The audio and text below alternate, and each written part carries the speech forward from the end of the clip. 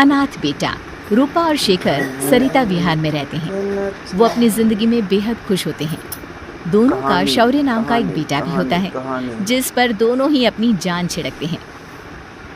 शेखर, अब तो आप शौर्य को अपनी गोद से नीचे उतार दीजिए, उसके सोने का टाइम हो रहा है। नहीं रूपा, इसे मेरे पास ही रहने दो प्लीज। मैं थोड़ी देर में इसे बिस्तर में सुला दूंगा। लेकिन कल सुबह आपकी ऑफिस में मीटिंग भी तो है ना, और इसके लिए आपको कल जल्दी भी तो निकलना होगा। जाइए, आप भी जाकर सो जाइए। क्या यार, अभी तो मेरी गोद में आया था मेरा बेटा और तुम उसे लेकर जा रही हो। बाद में कर लेना अपने बेटे से प्यार, अभी जाकर सो जाइए।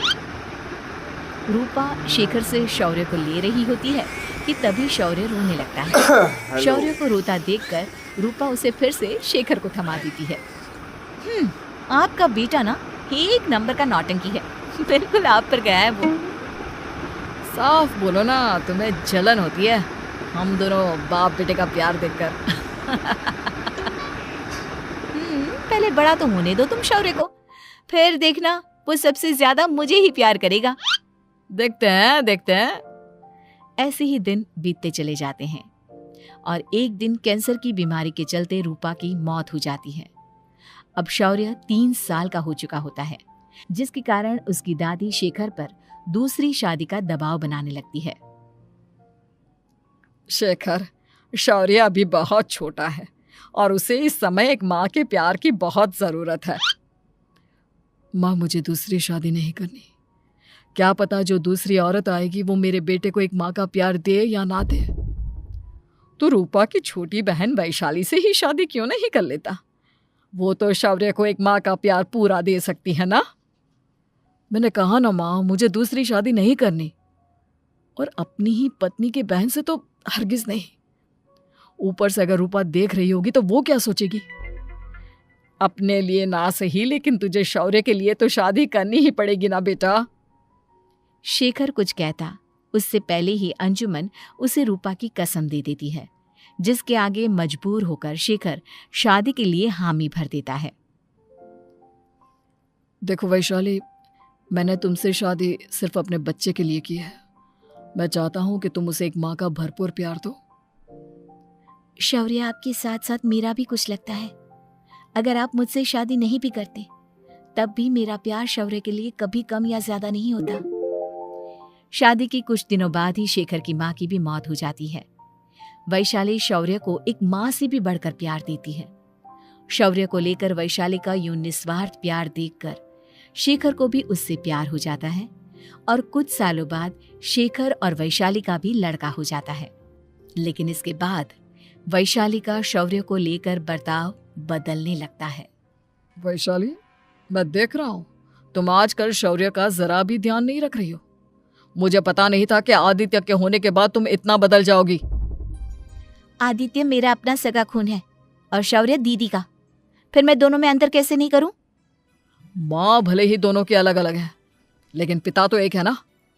अगर मुझे पहले पता होता कि तुम इतनी जल्दी बदल जाओगी तो मैं कभी तुमसे शादी ही नहीं करता।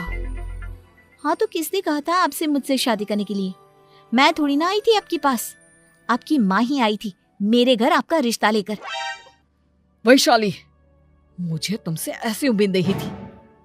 गुस्से में शेखर अपना पैर पटकता हुआ शौर्य को वहां से लेकर चला जाता है। पापा, मम्मा मुझसे प्यार क्यों नहीं करती?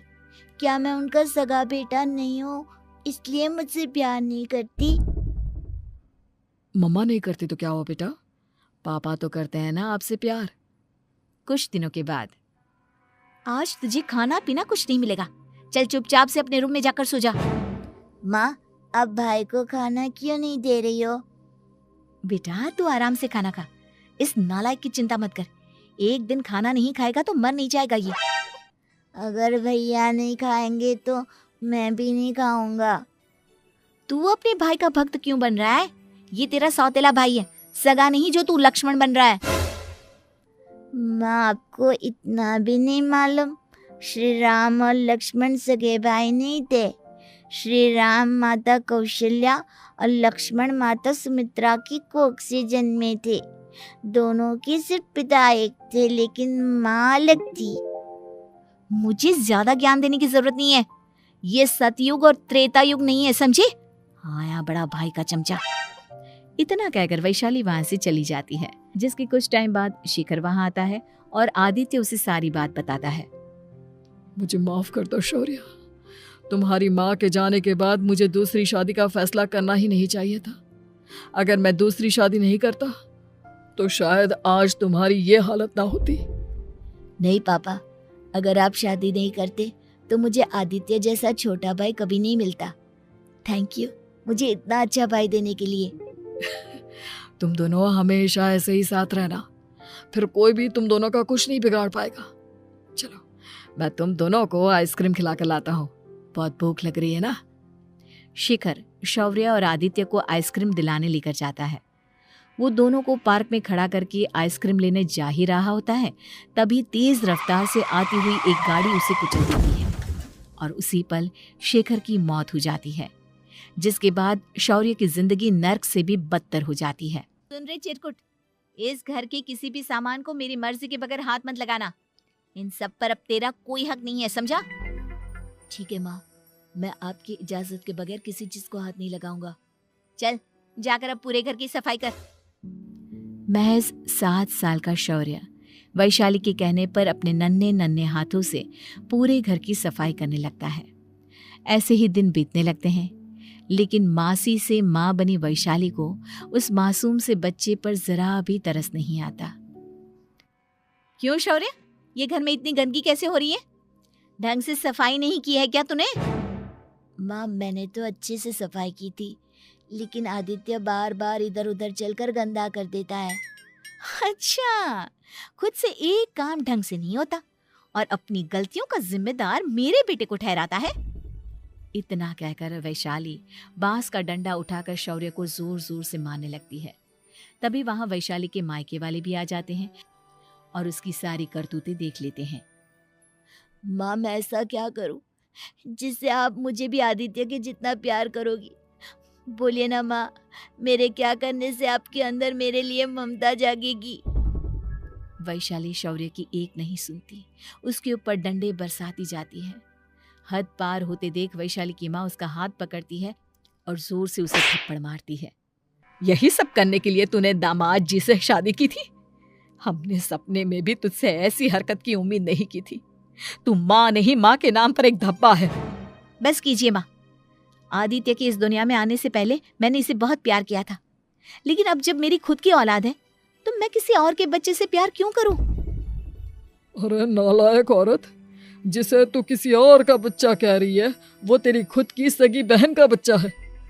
बहन है तो क्या हुआ, मेरे अपने बच्चे से बढ़कर तो नहीं हो सकता ना ये कभी। अगर यही बात थी तो तू हमें पहले बता देती, हम शौर्य को अपने साथ ले जाते।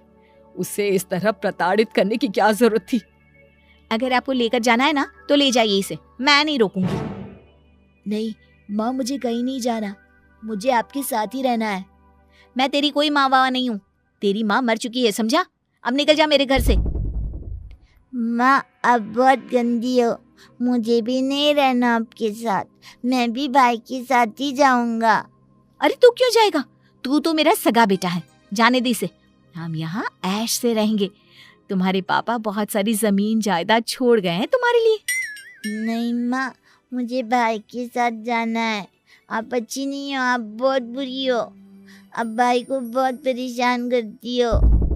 देख वैशाली, तुझसे ज्यादा समझ तो इस मासूम बच्चे में है। ये तेरे बुरे कर्मों का ही नतीजा है जो आज तेरी सगी औलाद खुद से तुझे ठुकरा रही है। आदित्य, तुझे इस शौर्य ने भड़काया है ना मेरे खिलाफ? नहीं माँ, मुझे किसी ने भड़काया नहीं, पर मैं सब देखता हूँ, सब समझता हूँ। भाई बहुत अच्छा है, वो आपकी जैसा नहीं है। चलिए नानी।